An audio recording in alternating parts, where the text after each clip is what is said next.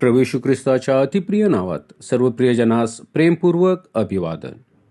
पवित्र बायबलमधील करंथीकरास लिहिलेलं दुसरं पत्र ह्याचा 5वा अध्याय आणि 19व्या वचनात आपण असे वाचतो की, म्हणजे जगांतील लोकांची पातके त्यांच्याकडे न मोजता देव ख्रिस्तामध्ये स्वतःबरोबर जगाचा समेट करत होता.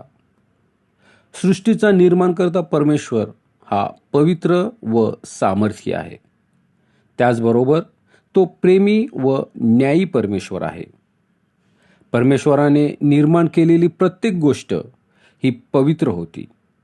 मात्र आदामाने परमेश्वराची आज्ञा मोडून परमेश्वराविरुद्ध पाप केले आणि बायबल आम्हाला सांगते की पापाचे वेतन मरण आहे, म्हणजेच सार्वकालिक अग्नीचे सरोवर आहे. मानवाने पाप केल्यामुळे त्याची शिक्षा त्याला भोगणे गरजेचे होते.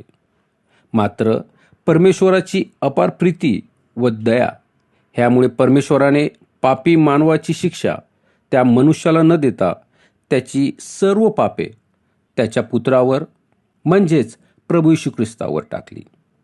मानवाच्या पापाची शिक्षा मरण त्याने वधस्तंभावर सोसले आणि तिसऱ्या दिवशी मरणातून पुन्हा उठला. आज जो कोणी पश्चाताप करून ख्रिस्ताच्या बलिदानावरती विश्वास ठेवतो त्याला त्याच्या पापाची क्षमा मिळते. तो पवित्र बनतो व त्याचा परमेश्वराबरोबर समेट होतो. ख्रिस्ताच्या कार्यावर विश्वास ठेवून ख्रिस्ताच्याद्वारे परमेश्वराबरोबर समेट करण्यास परमेश्वर आपणास सहाय्य करो. आमेन.